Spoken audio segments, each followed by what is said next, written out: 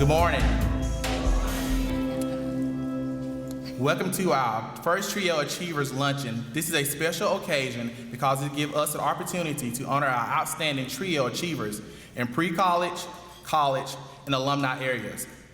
This is not an easy task, but as you know, we are a phenomenal group of students and alumni forgetting and forgiving together to make this nation a better place for future generations. I am Paul Blackman, a spring 2015 graduate from Troy University Student Support Services. I present to you Trace Jackson, the president of Student Advisory Council.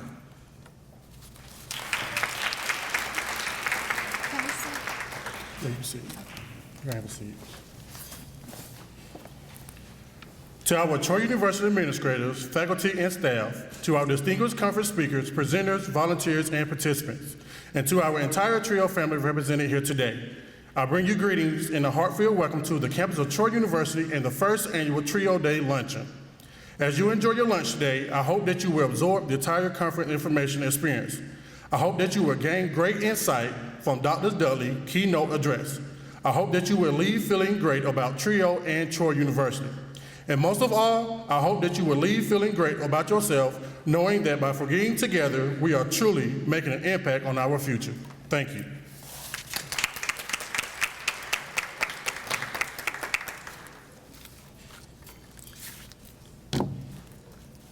All right, and at this time, we have the invocation by TRiO Achiever participant, Quinton Lindsey.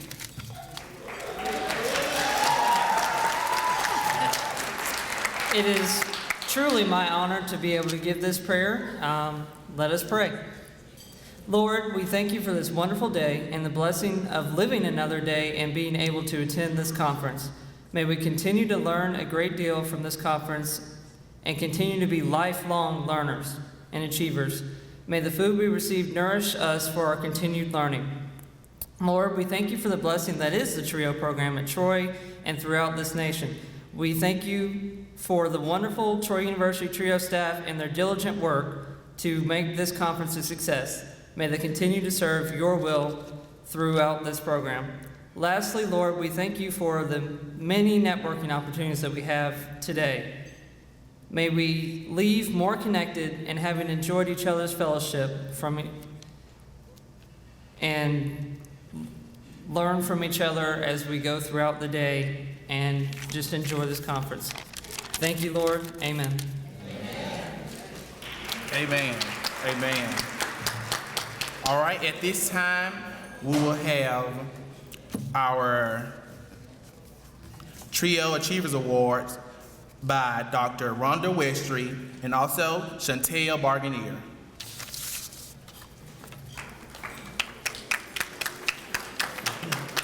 Greetings, TRiO family. Does TRiO work?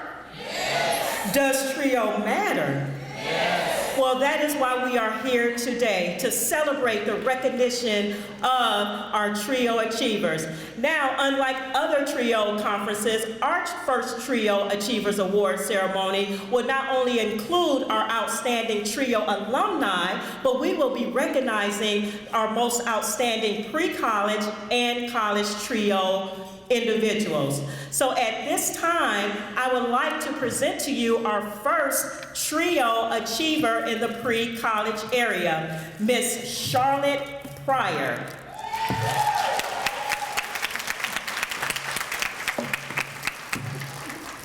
And as Ms. Pryor is walking up, I am proud to say that this young lady is a Charles Henderson graduate, 2015 graduate. She has been a participant, and shout out for the Upward Bound program. And not only that, I am most proud, I didn't even know this until yesterday, but this young lady will be attending my alma mater in the fall, Spelman College. And if any of you know about that school, it is a very competitive school to get into, and she got into it with her 3.6 GPA. She was 11th in her graduating class. So at this time, we would like to congratulate and recognize Ms. Charlotte Pryor.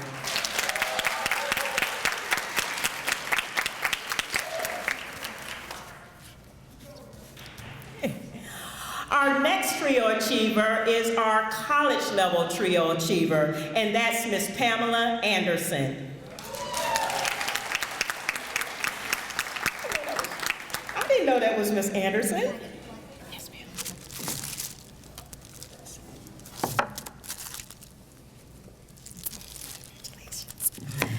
Ms. Anderson is an undergraduate student on the Troy-Dothan campus. She is a human service major. Her anticipated date of graduation is spring 2016. What she was most heralded for was her helpfulness. She now serves as the TRiO counselor advisor on the Dothan campus, and she has been most recognized for all of the wonderful work she has done in the TRiO program on the Dothan campus. So once again, Ms. Anderson, congratulations.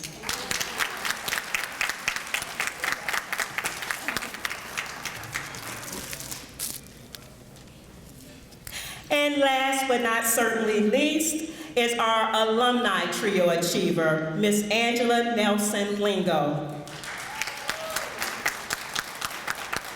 Ms. Lingo graduated in 2008 with her Bachelor of Science degree in mathematics, which, as you know, is a very difficult area for especially a female to master the math department. Not only is she a graduate in the area, she also has her master's degree in post-secondary education, where she is now teaching as an adjunct at Wallace Community College, Dothan. She too is a Dothan alumni, and once again, let's congratulate Miss Angela Nelson Lingo.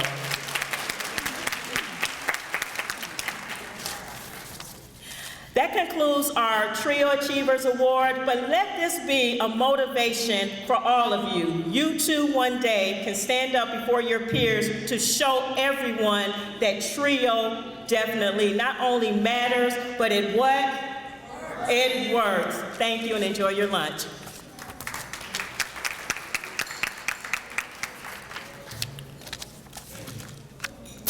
All right, now we're down to the introduction of the speaker by Dr. Deborah Petway, followed by the speaker, Dr. Drake Dudley.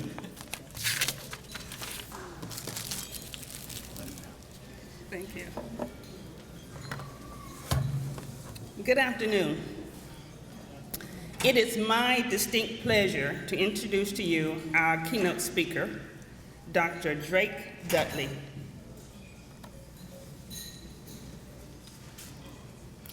Originally from Pembroke, Illinois, Dr. Drake Dudley spent most of his time as an adolescent in Memphis, Tennessee. He lived and attended high school in a socially disadvantaged community. While in college, Dr. Dudley noted both a shortage in academic support / mentorship programs geared toward students from similar underserved backgrounds, and the disproportionate access to health care for residents of those same communities. These observations underscore his goal as co-founder of Project Dream, which provides structure, support, and guidance to students from disadvantaged backgrounds. Studies show that underrepresented students tend to practice in communities similar to those of their upbringing. Project Dream hopes to help resolve the access issue by improving these students' knowledge of the healthcare field and increasing their resources, thus improving their chance for success. A graduate of Tennessee State University, Dr. Dudley obtained a doctoral degree in dentistry from Meharry Medical College, and his main focus is on improving health access with a strong emphasis on preventive care. He has been named in Fortune magazine as one of the 10 new gurus you should know and his work has been featured in U.S. Today, Bloomberg Business Week, and Harvard Business Review, to name just a few of his publications. Dr. Dudley is also a graduate of Southwest Tennessee Community College, Union Camp, and he was an Upward Bound student. His director was Mr. Willie Clark. It is, again, my sincere, distinct pleasure to introduce to you Dr. Drake Dudley.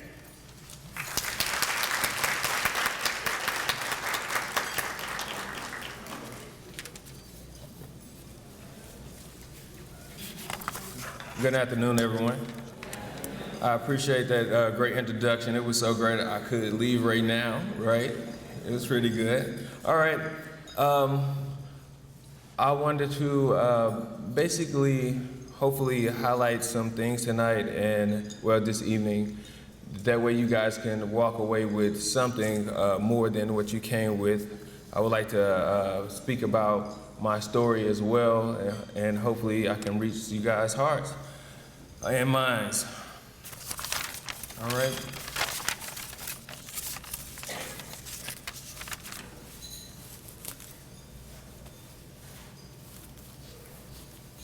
Okay. I was also a TRiO member. I graduated from Melrose High School. That's where I attended, and I actually was a TRiO member. I followed a lot of different positions in the TRiO program. I was also an academic success member as well on a collegiate level. And when I graduated, I also came back to actually as an advisor in the program for a year working at Tennessee State University. So I'm very knowledgeable about the program and what it does and how successful it can influence a student's life. I want to ask you guys a serious question. How many of you guys, if you raise your hand, if you would like to be successful? How many of you guys know that you already are successful? That's great, because see, a lot of things that people don't realize is that success is only, well, one, success is defined as accomplishing a goal, correct? Coming here today, did you not accomplish a goal? It was minor, but it still was a goal. It was something that you accomplished, something that you said in your heart that you said that you wanted to do, and you did that, right?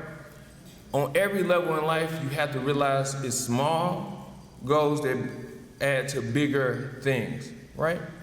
Okay? Life isn't gonna be easy for you. You guys are fortunate enough to be in a program where you're getting guidance, and everyone doesn't have that capability to have that guidance as you guys are fortunate enough to have on all levels, whether it be in the high school level or the collegiate level. I needed guidance on all those levels. I'll be honest with you. And luckily, I was, around people like Dr. Clark that was able to give me that advice and influence me in that direction.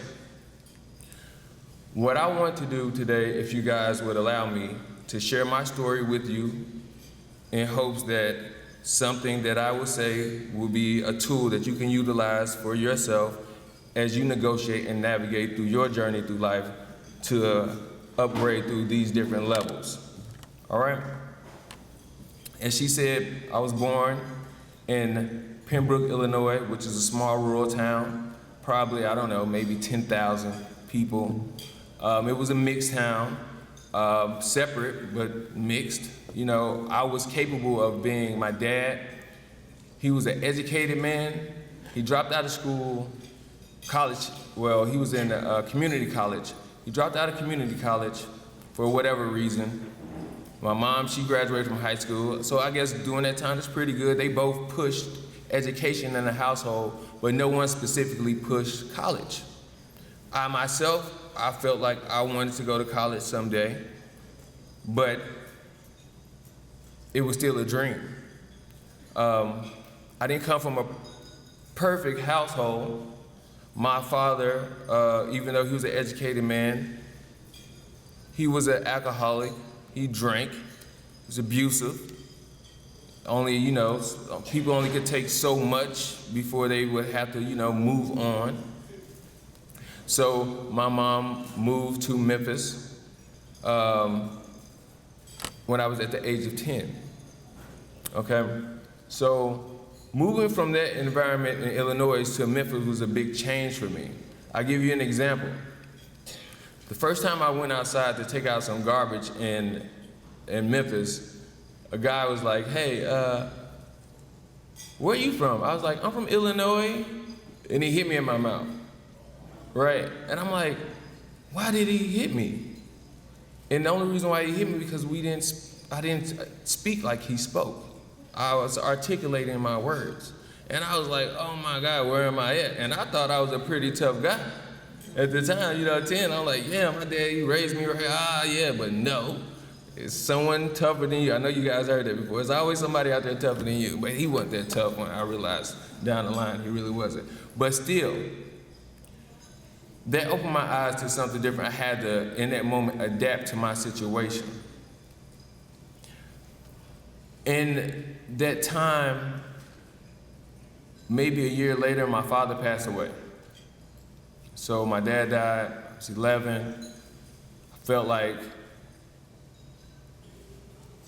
I lost somewhat of my guidance. Yeah, my dad, he was abusive, but he still had influence over me. He still was someone that pushed education in me, but that was gone.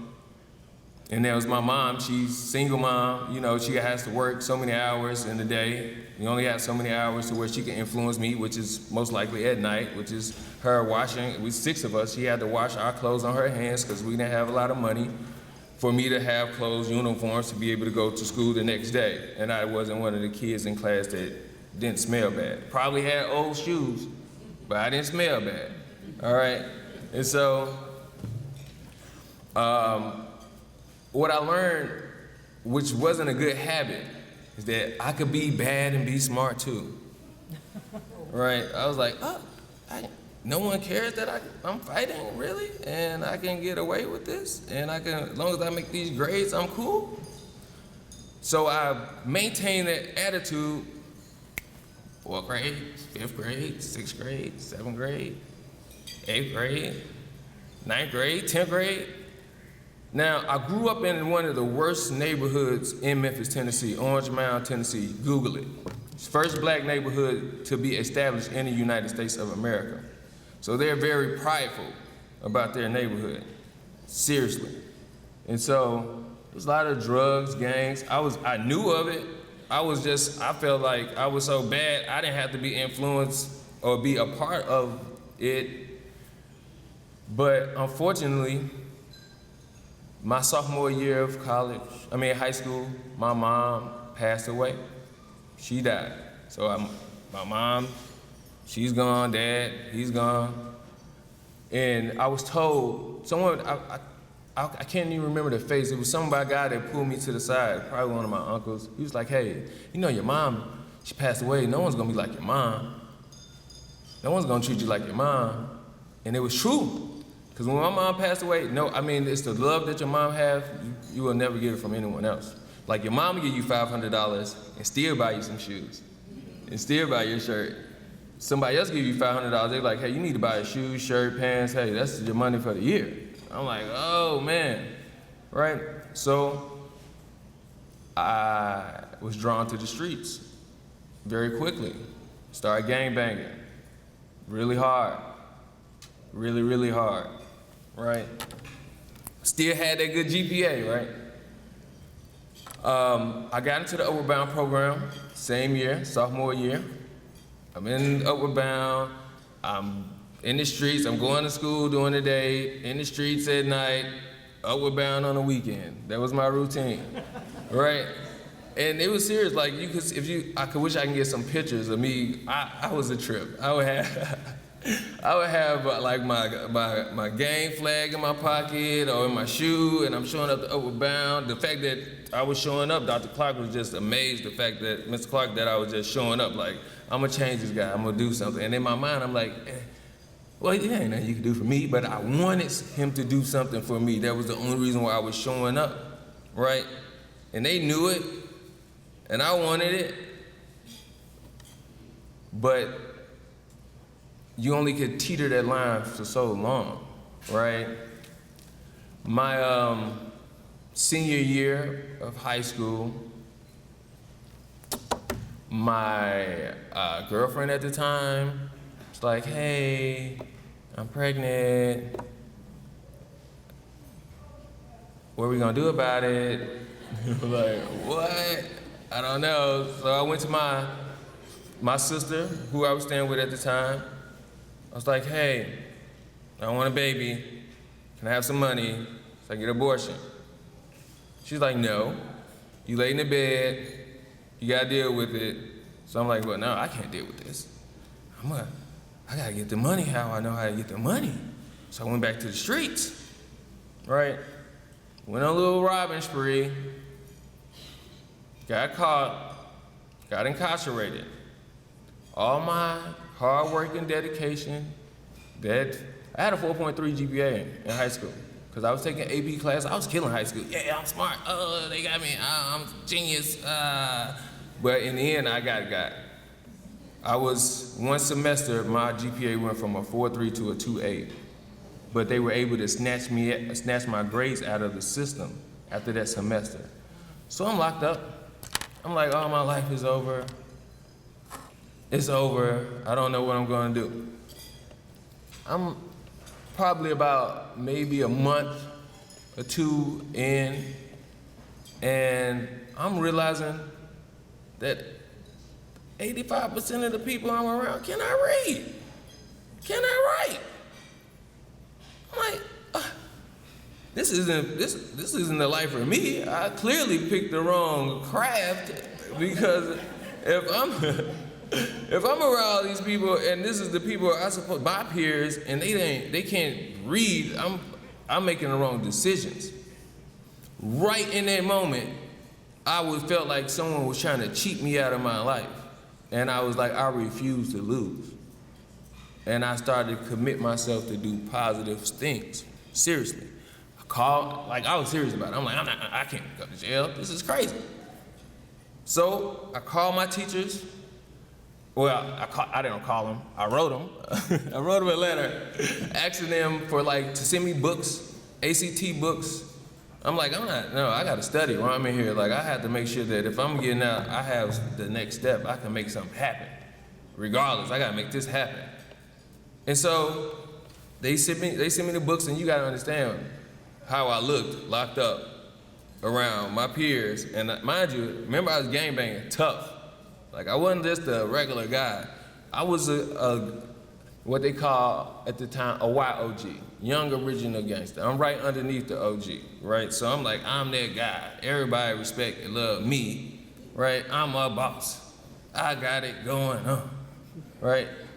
Clearly, I got nothing going on because I don't have nothing.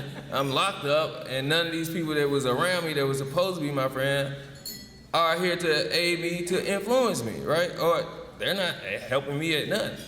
So I'm in there with the books. They looking at me like, why you got books? I'm like, why don't I have books? I'm not trying to be in here. Y'all crazy, right? Just like you guys, I'm sure that they come here, some of your friends are like, why you wasting your time on a weekend to come here? Don't worry about them. They're gonna get what they get. You know, you reap what you sow. That is a true statement, okay? So, boom, I get the books, I'm studying. I'm blessed. This is when God really just like, oh, I'm gonna rain down some stuff on you because you know what, you working towards something, I'm gonna help you out, right? So boom, it's the audit. This is the probability of me getting locked up around that time was amazing. Because if I would've got locked up a month later, I would've did 8 years. If I would've got locked up a month later in my space and time, they would've been like, oh no, you old enough, we don't want you to go to juvenile. We're gonna go and ship you over to the big boy jail, and you're gonna do some big boy time, because these are some big boy charges. And I'm like, oh no?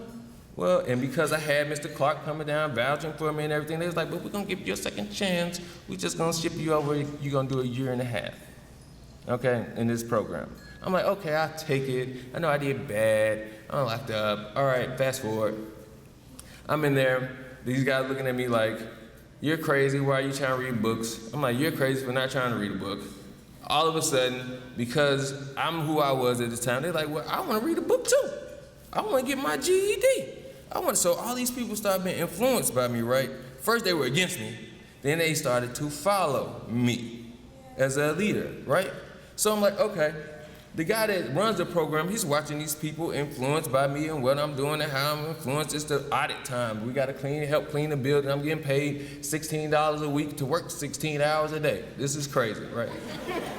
These pipes, right? It's a big pipe going across the ceiling. I'm like, oh, I got to clean these pipes. I'm going to clean these pipes. I'm like, we need to tie some sheets together and shimmy it across, and we'll walk across and we're going to shimmy. We're going to clean it. And the guy, he's like, the owner facility, he's looking at me from a distance. I'm not knowing he's looking at me. He's like, I wonder, that guy's pretty smart. Let me see what he's about. So I get called in his office. He's like, hey, what brings you here? I'm like, a robbery charge. Sorry. He's like, well, I know, do you plan on going out robbing people again? I was like, no, I made a mistake. People make mistakes. I wish, I wouldn't have done it. He's like, well, if you keep working like this for me, I'm gonna look out for you. And in my mind, I'm like, how you gonna look out for me? You work here, right? He's like, not knowing I was talking to the guy that owned the facility. So I'm working toward my goal, not knowing that somebody's working toward a goal for me, God. He's like, I got you. Keep working, I got you. I'm gonna look out for you. So 15 days before graduation of high school, the lady that was over my, little unit, she was like, come here, holler at me. Yeah, I want you to sign a sheet of paper. You're about to get released. I'm like, what? She's like, yeah, you're about to get released. We're about to let you go. I'm like, are you serious? She's like, yeah, because remember, I was supposed to do a year and a half. So they cut that down to 8 months, right? And they was like, we're gonna let you out. The guy was like, I'm gonna let you out if you do what you say you're gonna do. Because I told him if I was to get out of the facility, I would go to college. I don't know how it worked out for me. God, that's number one. I get out of the facility. I can't even graduate because I'm still a part of the facility because you have to sign a contract with the state in order to get in certain facilities. So they're like, well, no, you're still in the facility. We can't allow you to graduate, walk with everyone, but we'll let you out. And there go Mr. Clark. Come on into the summer program. For Upward Bound, we'll get you into some college classes, right? Because I still was at my senior year. I'm like, I could take the college classes? They're like, yeah. So I'm taking the college courses. Of course, I'm so amped just to be out and be focused on something. I kill it, 4.0 GPA that year, right? And I'm able to transfer those grades to the university. But before I got to the university, right, I go in, I'm in the facility, I'm in the program for the summer, and one of the advisors was like, so you know what you're gonna do? I was like, no, man, the schools that I was gonna go to, I lost my scholarships to them. I don't know what I'm gonna do. He's like, well, I know some people at TSU. You wanna go to TSU? I was like, no, I don't wanna go to TSU. I'm tired of Tennessee. I don't wanna do that. And then God's like, hey, it ain't really what you wanna do. I got a plan for you. I'm working it out in the background. Clearly, I just put this person in front of you. You better listen to what he has to say. So the guy, he writes down his address, literally. Write down the address on a sheet of paper. He's like, look, when you go to TS, when you get dropped off at the bus, you need to go down here, you need to make a right, walk down this street, about 4 blocks, then you need to look left, and you're gonna catch a bus right here. The bus is gonna be able to take you to the campus. So I get dropped off, I go down there. My brother, let me incorporate him. He gives me $100 in my pocket because I need to get a bus ride back, right? So I got $100 in my pocket, go down there, I walk, gave him the directions, I walk to where he asked me to walk at, and guess what? Lo and behold, it's a bus out. The guy's like, did you know that the buses are running right now? I was like, yeah, this guy told me to come down here and the bus is gonna be running. He's like, no, we just started doing this today. If you would've came yesterday, the bus wouldn't be here. You coming tomorrow, the bus not gonna be here. Today is the only day that this bus is running. I was like, are you serious? He's like, yeah, but I take it, I'm the only person on the bus. Literally. Then he takes me from downtown Nashville to TSU campus. Literally, I get off the bus, right? It's an old lady carrying some boxes in the building. I'm a gentleman, so I run up. Hey, let me help you open the door. She's like, hey, nice to meet you. I'm like, yeah, I'm Drake Dudley. I explained to her, how I came from the Overbound program and what maybe brought me here, blah, blah. She's like, I work for the Overbound program here, TRiO program. She was like, so you trying to get some classes? I'm like, yeah. She was like, I'll help you get your classes, just follow me. So she walks, I'm following her. I'm like, we walk up the stairs, we go to all these different places. She sets me up in my classes. I'm like, so I'm in college right now? She's like, yeah, you in school? I'm like, are you serious? She's like, yeah, you're in college. Here goes your schedule, just come back. Orientation starts this day, we'll do this, blah, blah, blah. She's like, do you have somewhere to stay? I was like, no.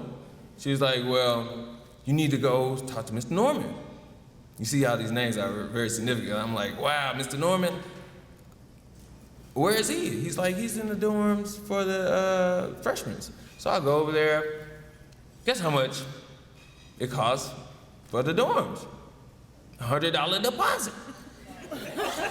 So I give him my money out of my pocket. I'm broke. Like, I don't even care. I don't know how I'm gonna get home. I don't care how I'm gonna get home. I got somewhere to stay when I come, and I'm registered for classes. If I had to walk back to Memphis, I would have been happy, go lucky, walking. I'm like, I'm in college, I'm making it, right? So this guy, he sees me, I got the blues on my face, right? Because I'm like, all of a sudden reality hit me like, I'm broke and I'm hungry. The guy, he's like, this guy, he was a Sigma. I give up to the Sigmas for this because the guy was like, hey, what's wrong, man? I'm like, I gave him money, I told him my story. He's like, well, I'm gonna take you to the TSU Foundation. I don't know anything about TSU Foundation. He walks me across the campus. He introduces me to this guy. I tell this guy my story. I'm like, I got on the bus. I came down here. I met this person. I did this. I did that. He was like, really? You need all this? Let me dig in my pocket and give you money for the bus to get home and give you some money so you can get something to eat. And I'm going to give you a number to some alumni in Memphis that's going to help you come back to school. So all of a sudden, this whole little thing has bolstered into this array of God building my life and helping me obtain something just by me because I wanted to focus on accomplishing a goal. So they moved me down. It was a guy, Mr. Harris, my frat brother today. He was a Kappa. He helped influence my life. He influenced my life enough to where I wanted to join that fraternity just so I can be capable of doing something else for a young man with that fraternity, and he would want to join the fraternity just the same. I think I've done that a little, maybe, right? So I get to school. Mind you, I don't know really anything about college like that. Seriously, I'm gonna tell you how naive I was. I get the book, and they're like, okay, this is how you pick your majors. I'm like, oh, okay. That's how I pick my major? What do I want to do with my life? I was like, when I was little, I used to sit on a toilet and mix my mom's stuff to see what would happen. I'm like, maybe I like science. Maybe I like thinking. Maybe I like building. I'll pick between psychology, engineering, and biochemistry. I need something to occupy my mind and my time. Any, mini, miny, mo, till talk about it, so if y'all let it go, any, mini, miny, mo. That's how I chose biochemistry, to be honest. I was like, I'm gonna do it, I'm gonna stick with it, I'm gonna run with it. I don't have any, it's either this or the streets. What I'm gonna do? I clearly picked the craziest major in my life, because it wasn't a joke at all. It was times that it was very hard for me, but it was nothing that I felt like I couldn't overcome for where I had come from. Anytime it felt very heavy, I would always lean on the understanding that God had a bigger focus or goal for me, because there's no way that I'm doing any of this by myself. I cannot control any of this. This is too much for just one man can handle or can do. So I have major, I basically had a great time in college, but made sure that I focused on what was important for me. My initial goal, I wanted to major in pharmacy. When you go to college, sometimes you don't know exactly what you want to do. You gotta like judge things out. It's gonna happen. Don't feel bad if that occurs, okay? That's a part of growth and development. I shadowed, which I recommend that anything that you do, definitely shadow someone that's in the field to make sure that this is for you.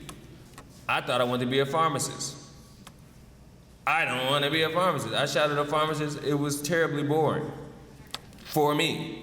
Maybe a pharmacist. I'm sorry if I offended any pharmacists out there, by the way. But it wasn't, for me, I shadowed a dentist. I'm like, oh man, I could do this. I love working my hands. I love learning. I like science. And I could do this forever. I can't believe it. And it happened. Did it happen exactly like that? No, it didn't happen exactly like that. What happened was, I kept maintaining a good GPA. I wasn't around because I had a different type of life. I had to work while I was in school. I wasn't privileged, so I wasn't capable of doing all the different programs and after studies, joining this club and that club.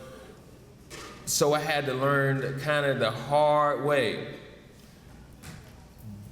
But I still was focused and I still made sure that my GPA was in line with what they required for me to get in dental school, and I was studying on my own. I took the DAT first time. I didn't do the best because I didn't know anything about it. I wasn't engulfing myself in it like I was supposed to. There's a saying that I live by. Now, the key to success is for your ability to turn your delusions into someone else's reality. Okay? To turn your delusions into someone else's reality. And what that means is that people aren't gonna believe in what you initially believe in until you become that. And then you cannot be denied. And then it becomes their reality. Because at first, people didn't know that I wanted to be a dentist. They didn't think I could be that because of my background. Right? You want to be a dentist, they laugh. Literally, even some of my friends would be like, what's your major? Biochemistry. One, they couldn't think I was majoring in biochemistry. Two, to be a dentist, they literally was like, bro, you gonna be a dentist? For real? Are you really gonna be a dentist? But you have to block that negativity away because everybody's not gonna see what you see, and it's not for them. So I kept strong, I kept focused. I studied. This is when God comes back in. Working at it, doing valet. I've been valeting this guy's car for months. Never looked at his key ring to see that, oh, he's an oral maxillofacial surgeon. Right? He knows I'm a good guy. I talk to this guy every day. I'm like, yeah, I want to get into dental school. He's like, do you? What type of GPA? I'm like, I got a 3.1, which wasn't the best. But he's like, have you took the DAT? I'm like, yeah. I told him my score wasn't the best score. He was like, look, you really want to go to dental school? This is what I need for you to do. This is what I need for you to do. I did everything that he asked me to do to a T because that was God aligning me up with someone to help influence me. You have to recognize this as you develop. There are going to be obstacles, but there are going to be people set there to help you, just like these men and women today are here to help guide you. Do not think that they're talking at you. They're really trying to help you get to that next level. Okay? So I get in, I do everything I need to do, I make the grades, boom, I kill it. I'm in dental school.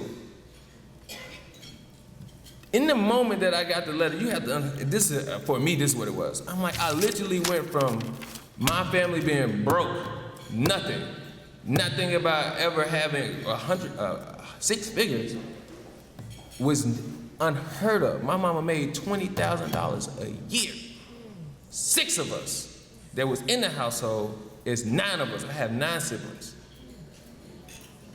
And she made it with that. I literally went to an entire different, I didn't even care about the money. I went to a different mental level. I upgraded my family for them to be capable of saying, yeah, my uncle's a doctor. My little nephew was walking up, Uncle Drake, I want to go to school too. I want to be a doctor too. I wasn't doing that. I didn't have any uncles to do that. That was priceless to me. I could have died that moment, right?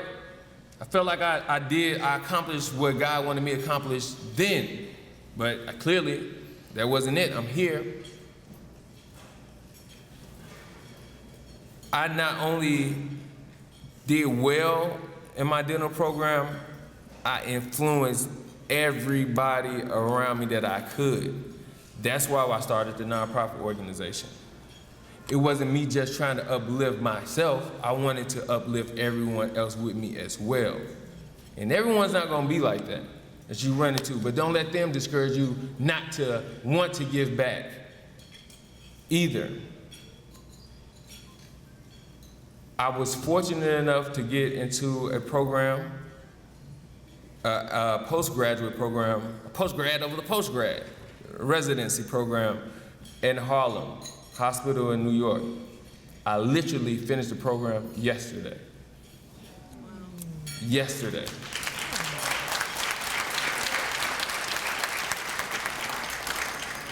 Thank you. I'm saying all this to say, your goals, your ambitions, your dreams, your delusions are for you. You are in control of them. Do not allow someone to ever stunt your growth. Do never feel like you're not the best you. You strive for that. You accomplish everything that is set out for you, that is in your heart, because it is for you. And today, I follow my heart and my dreams, my passions. That's why I cannot pass this by. I'm hoping that based off my story today, or anything I said today, would be just anything. If I could touch or have touched anyone out here, that was my goal today. And I hope that you guys understand the value of this program, because you gotta understand, I'm a product of this program. And when you come back, because you will come back, that you will give back the same love, the same gratitude, and commit the same time so we can keep this program alive. I thank you guys for inviting me here. And if you guys have any questions or want to speak with me afterwards, I will be more than honored to speak with you. And I thank you guys for everything and inviting me. You guys have a great day. Thank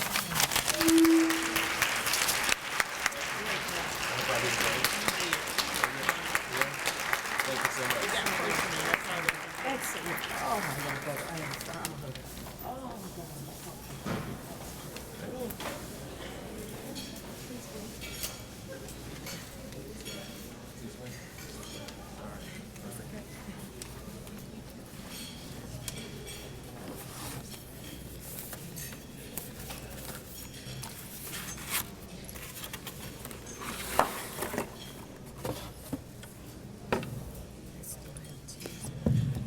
Dr. Dudley,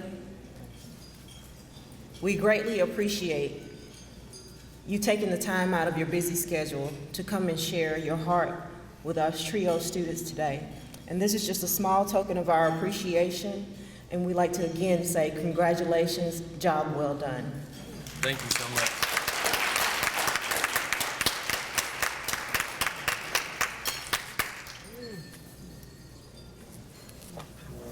At this time, we will have a special presentation for Dr. Dudley. Dr. Dudley, your words today inspired me myself. I must say that you are the true standard of what a Capital man is supposed to be.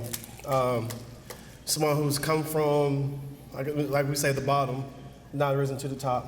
You can inspire a lot of these young men. Hope you inspire a lot more people in the future.